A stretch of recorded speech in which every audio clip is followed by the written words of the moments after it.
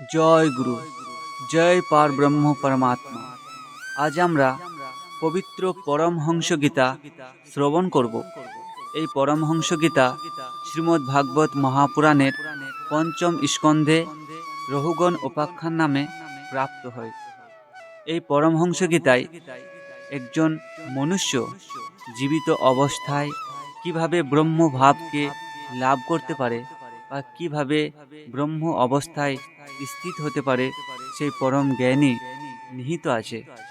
তাই আপনারা সকলেই এই অত্যন্ত দুর্লভ জ্ঞানকে সম্পূর্ণ শ্রদ্ধা আর ভক্তি সহকারে শ্রবণ করুন আর নিজের এই অনন্ত দুর্লভ মানব জন্মকে সফল করুন। জয় গুরু। আজ আমরা আসুন পরমহংস গীতার প্রথম অধ্যায় শ্রবণ করি। জয় গুরু।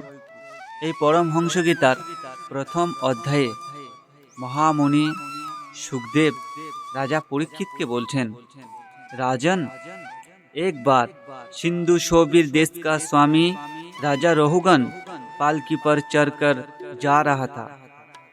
जब वह इक्षुमती नदी के किनारे पहुंचा, तब उसकी पालकी उठाने वाले कहारों के जमादार को एक कहार की आवश्यकता पड़ी।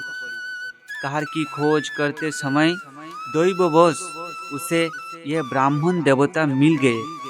इन्हें देखकर उसने सोचा, यह मनुष्य हृष्ट पुष्ट, जवान और गठीले अंग वाला है, इसीलिए यह तो बैल या गधे के समान अच्छी तरह बोझा ढो सकता है।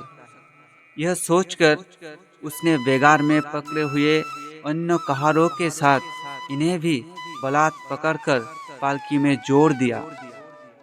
महात्मा भरत जी यद्यपि किसी प्रकार से इस कार्य के योग्य नहीं थे, तो भी वे बिना कुछ बोले चुपचाप पालकी को उठा ले चले। अर्थात এই পরমহংস গীতার প্রথম শ্লোকে মহামুনি সুখদেব রাজা পরীক্ষিতকে বলছেন, রাজন, একবার সিন্ধু শোভির দেশের অর্থাৎ সিন্ধু দেশের স্বামী রাজা রহুগণ পালকিতে চড়ে যাচ্ছিলেন। যখন উনি ইক্ষুমতি নদীর কিনারায় পৌঁছালেন, তখন তার পালকি ওঠানো কাহারেদের জমাদারের একজন কাহারের আবশ্যকতা পড়ে। তখন কাহারের খোঁজ করার সময় দৈববশ এক ব্রাহ্মণ মিলে যায়। সেই ব্রাহ্মণকে দেখে সেই জমাদার মনে মনে চিন্তা করছেন, এই মনুষ্য তো বড় হৃষ্টপুষ্ট, জবান আর গঠিলে শরীরযুক্ত, তাই এই কারণেই এ তো বলদ আর গাধার সমান ভালোভাবে বোঝা ওঠাতে পারবে। এইরূপ চিন্তা করে উনি বিনা মজুরিতে ধরে আনা অন্য কাহারেদের সাথে এই ব্রাহ্মণকেও পালকিতে জুড়ে দেয়। সে মহাত্মা ভরত যদিও কোনো রকম ভাবেই এই কাজের জন্য যোগ্য ছিলেন না, তবুও সে কিছু না বলেই চুপচাপ পালকিকে উঠিয়ে নিয়ে চলছেন। এর পরের শ্লোকে বলছেন, वे दिजबर कोई जीव पैरों तले दब न जाए, इस डर से आगे की एक बाण पृथ्वी देखकर चलते थे, इसीलिए दूसरे कहारों के साथ उनकी चाल का मेल नहीं खाता था। अतः जब पालकी टेढ़ी सीधी होने लगी, तब यह देखकर राजा रहुगण ने पालकी उठाने वालों से कहा, अरे कहारों, अच्छी तरह चलो, पालकी को इस प्रकार ऊंची नीची करके क्यों चलते हो। অর্থাৎ সেই ব্রাহ্মণ কোনো জীব পায়ের তলে দাবা না যায় সেই ভয়ে আগের দিকে এক দৃষ্টিতে পৃথিবীর দিকে তাকিয়ে চলছেন। সেই কারণে অন্য কাহারেদের সাথে ওনার চলা মেল খাচ্ছিল না।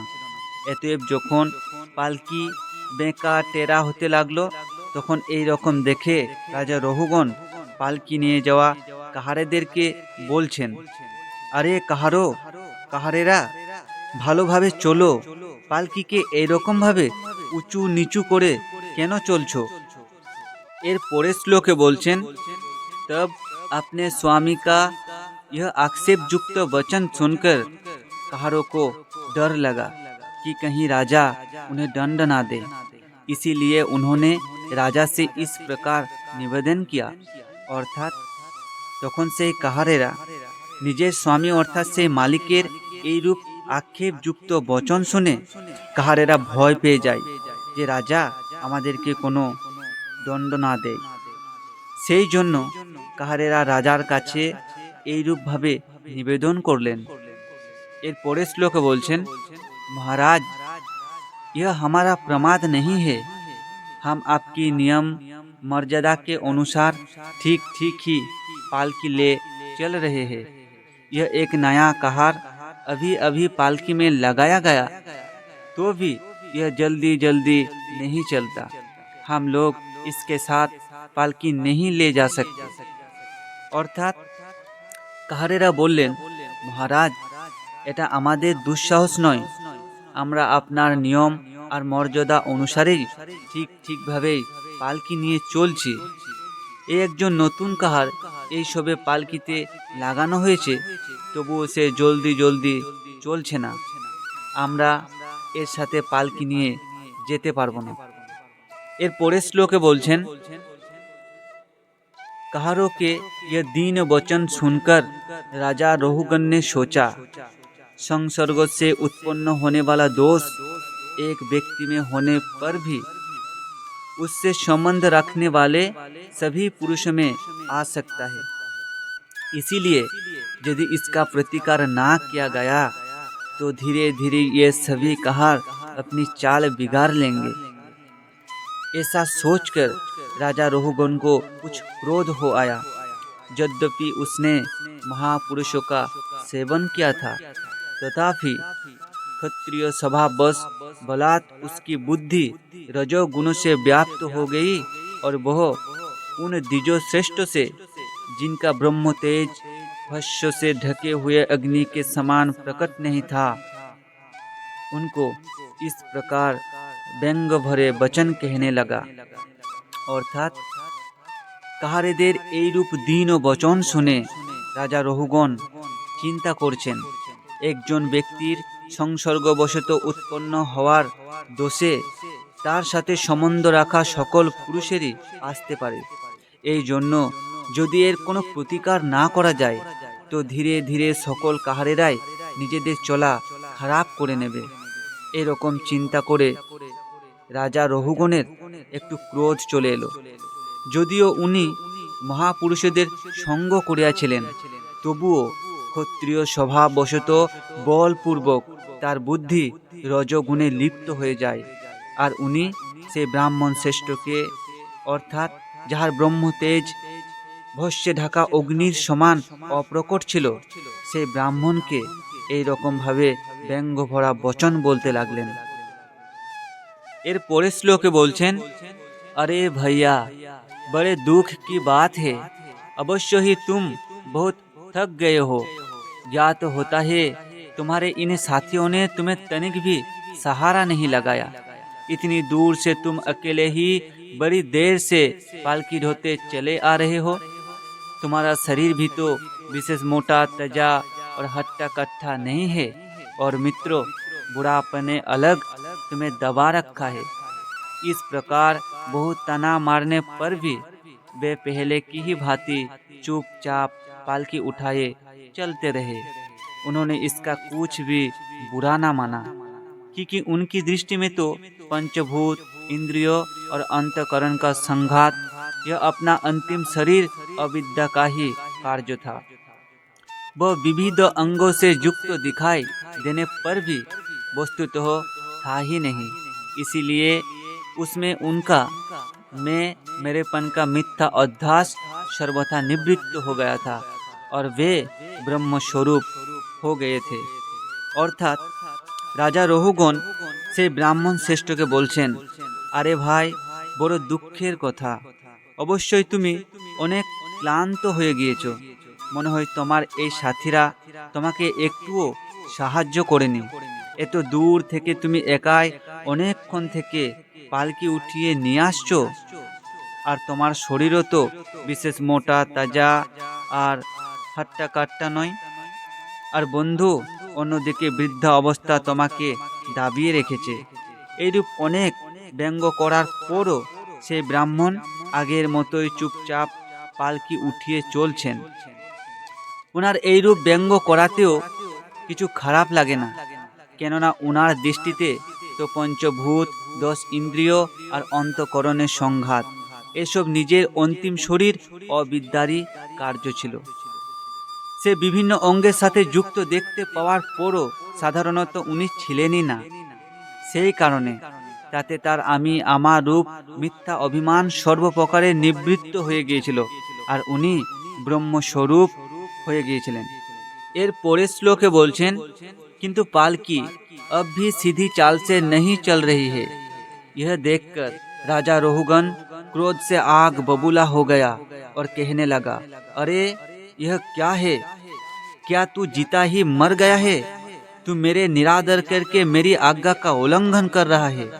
मालूम होता है तू सर्वथा प्रमादी है।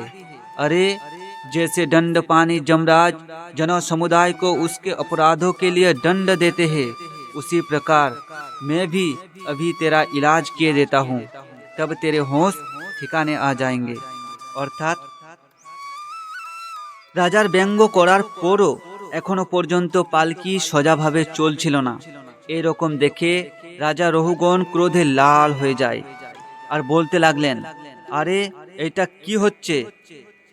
তুই কি বেঁচে থেকে মরে গিয়েছিস? তুই আমার অবজ্ঞা করে আমার আজ্ঞাকে উল্লঙ্ঘন করছিস। মনে হচ্ছে তুই মহা দুঃসাহসী। যেমন দণ্ডপাণি যমরাজ জনসমুদায়কে তাদের অপরাধের জন্য দণ্ড দেন, ঠিক সেই প্রকার আমিও এক্ষুনি তোর চিকিৎসা করে দিচ্ছি, তখন তোর হোশ ঠিক জায়গায় আসবে। এর পরের শ্লোকে বলছেন, रोहुगण को राजा होने का अभिमान था, इसीलिए वह इसी प्रकार बहुत सी अनाप शनाप बातें बोल गया। वह अपने को बड़ा पंडित समझता था, अतः रजत तमोयुक्त अभिमान के वशीभूत होकर उसने भगवान के अनन्य प्रीति पात्र भक्त वर भरत जी का तिरस्कार कर डाला। जोगेश्वर की विचित्र कहनी करनी का तो उसे कुछ पता ही ना था। उसकी ऐसी कच्ची बुद्धि देखकर वे संपूर्ण प्राणियों के सुहृद एवं आत्मा ब्रह्मभूत ब्राह्मण देवता मुस्कुराए और बिना किसी प्रकार का अभिमान किए इस प्रकार कहने लगे।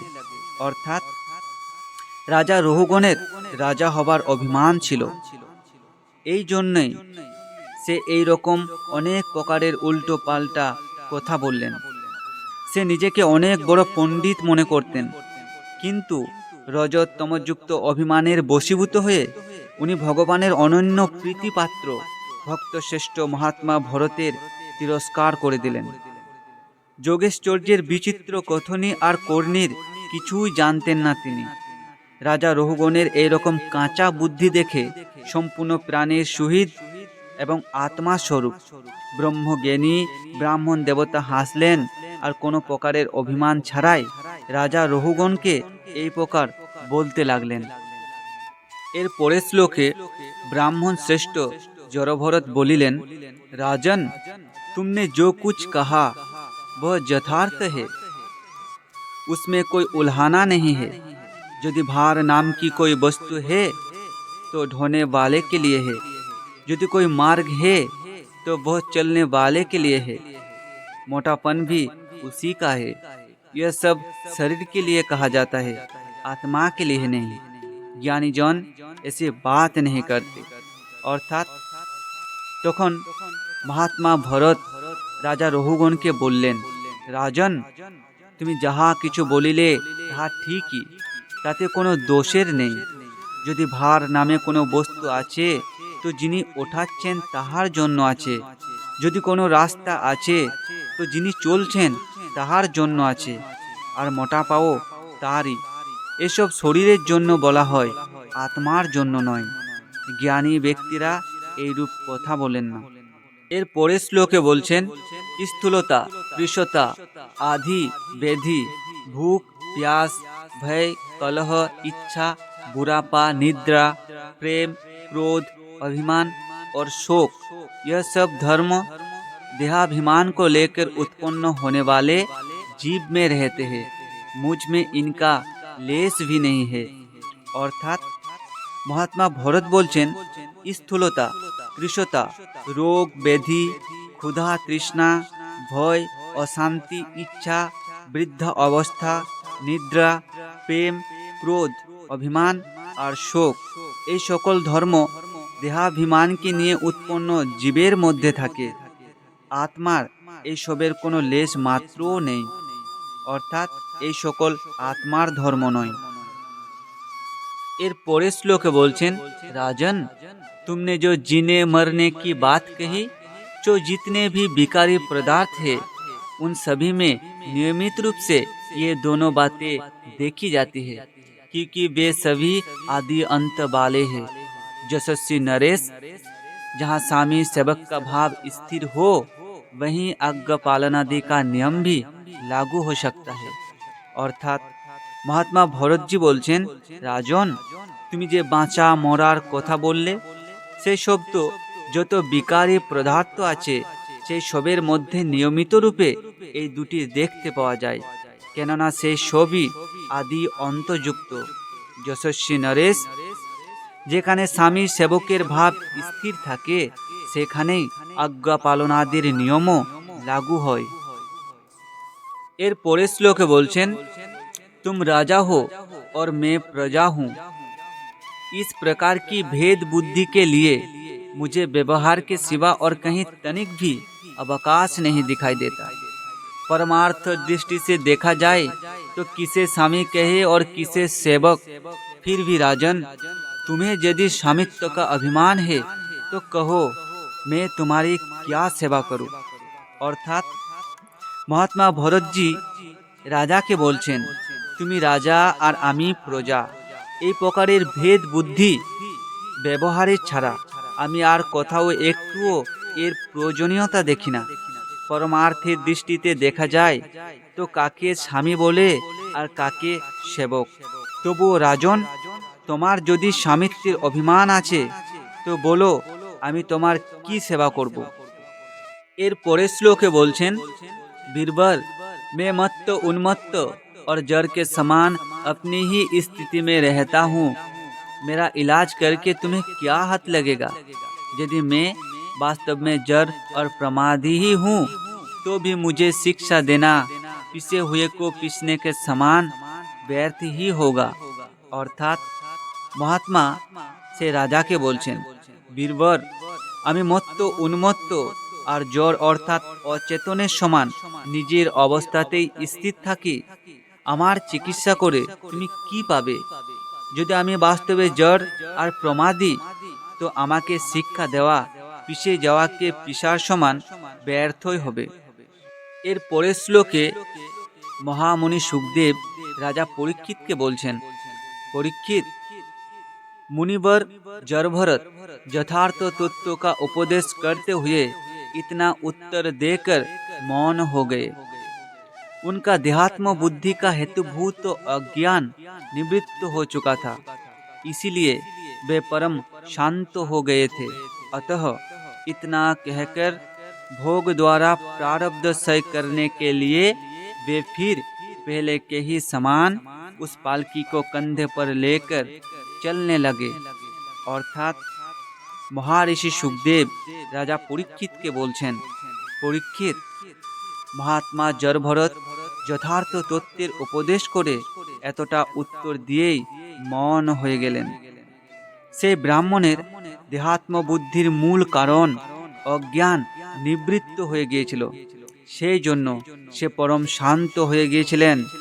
তারপর উনি ভোগ দ্বারা নিজের প্রারব্ধ ক্ষয় করার জন্য আবার আগের মতো সেই পালকি কাঁধে নিয়ে চলতে লাগলেন।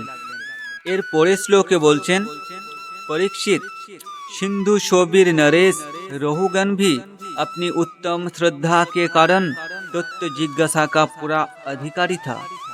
जब उसने उन द्विजो श्रेष्ठों के अनेकों योग ग्रंथों से समर्थित और हृदय की ग्रंथि का छेदन करने वाले यह वाक्य सुने, तब वह तत्काल पालकी से उतर पड़ा। उसका राजमद सर्वथा दूर हो गया और वह उनके चरणों में सिर रखकर अपना अपराध क्षमा कराते हुए इस प्रकार कहने लगा। अर्थात মহারিষি সুখদেব রাজা পরীক্ষিতকে বলছেন, পরীক্ষিত, সিন্ধু শোভীর নরেশ রহুগণ নিজের উত্তম শ্রদ্ধার কারণে তত্ত্ব জিজ্ঞাসার সম্পূর্ণ অধিকারী ছিলেন। যখন রাজা সেই ব্রাহ্মণ শ্রেষ্ঠের কাছ থেকে অনেক যোগ গ্রন্থে পরিপূর্ণ আর হৃদয় গ্রন্থের ছেদন করার বাণী শুনলেন, তখন সেই রাজা তৎক্ষণাৎ সেই পালকি থেকে নেমে পড়লেন। তখন সেই রাজা রাজমদ সর্বপ্রকারে দূর হয়ে গেল, আর সে সেই ব্রাহ্মণ শ্রেষ্ঠের চরণে নিজের মাথা রেখে নিজের অপরাধের ক্ষমা প্রার্থনা করে এই প্রকার বলতে লাগলেন। এর পরের শ্লোকে বলছেন, देव आपने द्विजों का चिन्ह यज्ञोपवीत धारण कर रखा है, बतलाए इस प्रकार प्रच्छन्न भाव से विचरने वाले आप कौन है? क्या आप दत्तात्रेय आदि अवधूत में से कोई है? आप किसके पुत्र है? आपका कहाँ जन्म हुआ है और यहाँ कैसे आपका पदार्पण हुआ है? यदि आप हमारा कल्याण करने पधारे हैं तो क्या आप साक्षात सत्यमूर्ति भगवान कपिल जी ही तो नहीं है? अर्थात সেই রাজা হাত জোর করে মহাত্মা জড়ভরতকে বলছেন, ভগবান, আপনি ব্রাহ্মণের চিহ্ন যজ্ঞোপবীত ধারণ করে আছেন, বলুন এই প্রকার স্বচ্ছন্দভাবে বিচরণ করছেন কে আপনি? আপনি কি দত্তাত্রেয় আদি অবধূতের মধ্যে কেউ? আপনি কার পুত্র? আপনার কোথায় জন্ম হয়েছে আর কেমন ভাবে আপনার এইখানে আগমন হয়েছে? যদি আপনি আমার কল্যাণ করার জন্যই এখানে পদার্পণ করিয়াছেন, তো আপনি কি সাক্ষাৎ সত্যমূর্তি ভগবান কপিলজি? এর পরের শ্লোকে বলছেন, मुझे इंद्र के वज्र का कोई डर नहीं है, ना मैं महादेव जी के त्रिशूल से डरता हूँ, ना जमराज के दंड से।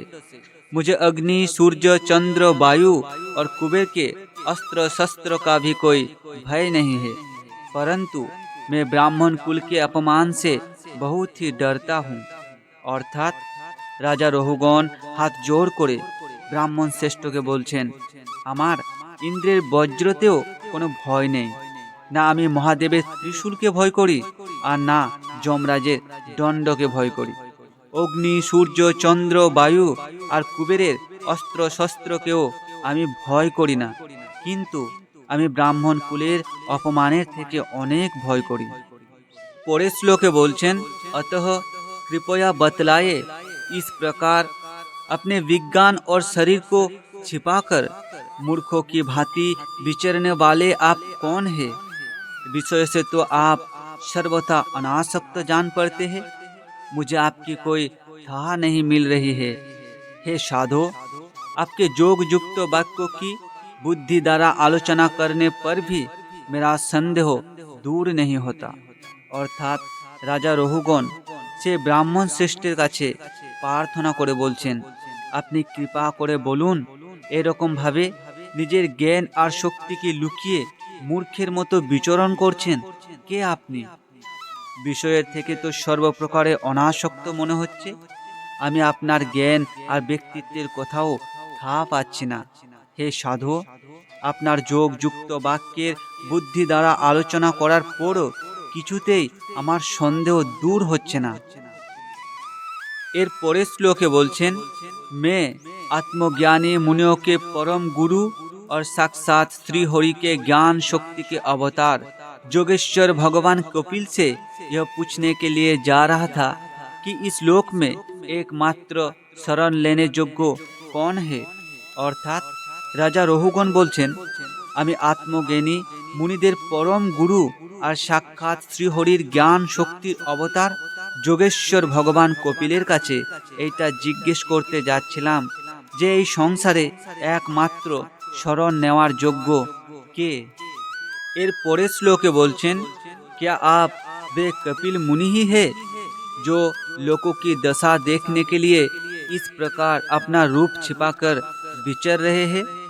भला घर में आसक्त रहने वाला विवेकहीन पुरुष যোগেশ্বর की गति कैसे जान सकता है।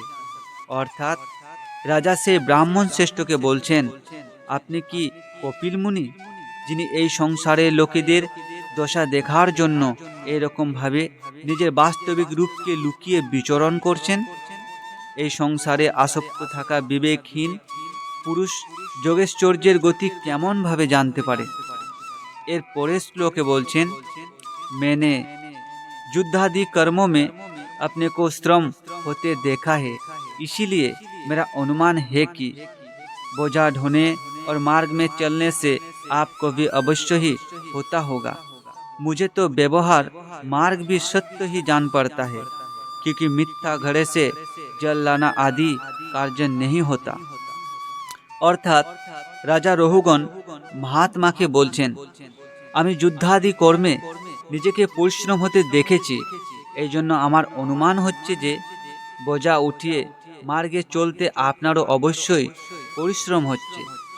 আমাকে তো ব্যবহারিক পথও সত্যই মনে হচ্ছে, কেননা মিথ্যা ঘোড়ার দ্বারা জল আদি আনা কার্য সম্ভব নয়। এর পরের শ্লোকে বলছেন, चूल्हे पर रखी हुई बटलोई जब अग्नि से तपने लगती है तब उसका जल भी खौलने लगता है, और फिर उस जल से चावल का भीतरी भाग भी पक जाता है। इसी प्रकार अपनी उपाधि के धर्मों का अनुवर्तन करने के कारण देह, इंद्रियों, प्राण और मन की सान्निध्य से आत्मा को भी उनके धर्म श्रमादि का अनुभव होता ही है। अर्थात রাজা বলছেন, উনুনে রাখা জলপাত্র যখন আগুনের দ্বারা উত্তপ্ত হতে লাগে তখন সেই পাত্রের জলও ফুটতে থাকে, আর তখন সেই জলে চালের ভেতর ভাগও সেদ্ধ হয়ে যায়। ঠিক সেই প্রকার নিজের উপাধির ধর্ম অনুবর্তন করার কারণে দেহ, ইন্দ্রিয়, প্রাণ আর মনের আশ্রয়ে আত্মাকেও তার ধর্ম শ্রমাদির অনুভব অবশ্যই হয়। এর পরের শ্লোকে বলছেন, आपने जो दंडादि की व्यर्थता बताई सो राजा तो प्रजा का शासन और पालन करने के लिए नियुक्त किया हुआ उसका दास ही है। उसका उन्मात्ति को दंड देना पिसे हुए को पिसने के समान व्यर्थ नहीं हो सकता, क्योंकि अपने स्वधर्म का आचरण करना भगवान की सेवा ही है। उसे करने वाला व्यक्ति अपनी संपूर्ण पाप राशि को नष्ट कर देता है। অর্থাৎ রাজা বলছেন, আপনি যে দণ্ডাদির ব্যর্থতার কথা বললেন, সে রাজা তো প্রজাদের শাসন আর পালন করার জন্যই নিযুক্ত করা সেই ঈশ্বরেরই দাস। রাজার উন্মত্তার দিকে দণ্ড দেওয়া পিষে যাওয়াকে পিসার ন্যায় ব্যর্থ হতে পারে না, কেননা নিজের ধর্ম পালন করা ভগবানেরই সেবা। নিজের স্বধর্মকে পালন করা ব্যক্তি নিজের সম্পূর্ণ পাপ রাশিকে নষ্ট করে দেয়। এর পরের শ্লোকে বলছেন, तीनों बंधु राजत्व के अभिमान से उन्मत्त होकर मैंने आप जैसे परम साधु की अवज्ञा की है। अब आप ऐसी कृपा दृष्टि कीजिए जिससे इस साधु अवज्ञा रूप अपराध से मैं मुक्त हो जाऊं। अर्थात রাজা মহাত্মা ভরতকে বলছেন, হে দীনবন্ধু, রাজত্বের অভিমানে উন্মত্ত হয়ে আমি আপনার মতো পরম সাধুর অবজ্ঞা করেছি। হে প্রভু, এইবার আপনি আমার উপর এমন কৃপা দৃষ্টি করুন যার দ্বারা আমি এই সাধু অবজ্ঞারূপ মহা অপরাধ থেকে মুক্ত হয়ে যাই। এর পরের শ্লোকে বলছেন, आप देहाभिमान शून्य और विश्व बंधु श्री हरि के अनन्य भक्त है, इसीलिए सब में समान दृष्टि होने से इस मान अपमान के कारण आप में कोई विकार नहीं हो सकता। तथापि एक महापुरुष का अपमान करने के कारण मेरे जैसा पुरुष साक्षात त्रिशूल पानी महादेव जी के समान प्रभावशाली होने पर भी अपने अपराध से अवश्य थोड़े ही काल में नष्ट हो जाऊंगा। अर्थात राजा রহুগণ বলছেন, আপনি তো দেহাভিমান শূন্য আর বিশ্ববন্ধুর অনন্য ভক্ত, এই জন্য সকলের প্রতি সমান দৃষ্টি হওয়ার জন্য এই মান অপমানের কারণে আপনার মধ্যে কোনো বিকার হতে পারে না। তবুও এক মহাপুরুষের অপমান করার কারণে আমার মতো পুরুষ সাক্ষাৎ ত্রিশূল পানির মহাদেবের সমান প্রভাবশালী হওয়ার পরও নিজের অপরাধে অবশ্যই কিছুকালেই নষ্ট হয়ে যাব। অর্থাৎ সেই রাজা রহুগণ সেই মহাত্মাকে বলছেন, সাধু অবজ্ঞা বা সাধুর অপমানই এই জগৎ ব্রহ্মাণ্ডে সব থেকে বড় অপমান, সব থেকে বড় অপরাধ বা সব থেকে বড় পাপ। তাই সেই রাজা বলছেন, মহাদেবের মতো প্রভাবশালী হওয়ার পরও আমি কিছু সময়েই নষ্ট হয়ে যাব। তাই আপনারা সকলেই সাধু সেবা করুন, সাধু সঙ্গ করুন। প্রকৃত সাধুর কখনোই অবজ্ঞা বা অপমান করবেন না, কেন প্রকৃত সাধুর অপমান বা অবজ্ঞায় এই জগৎ সংসারের সব থেকে বড় অপরাধ বা সব থেকে বড় পাপ। জয় গুরু। তো আজ এখানেই পরমহংস গীতার প্রথম অধ্যায় সম্পূর্ণ হইল। আপনারা এই প্রথম অধ্যায়ের পবিত্র জ্ঞানকে বারবার শ্রবণ করুন আর নিজের এই অনন্ত দুর্লভ মনুষ্য জন্মকে সফল করুন। জয় গুরু। জয় পার ব্রহ্ম পরমাত্মা।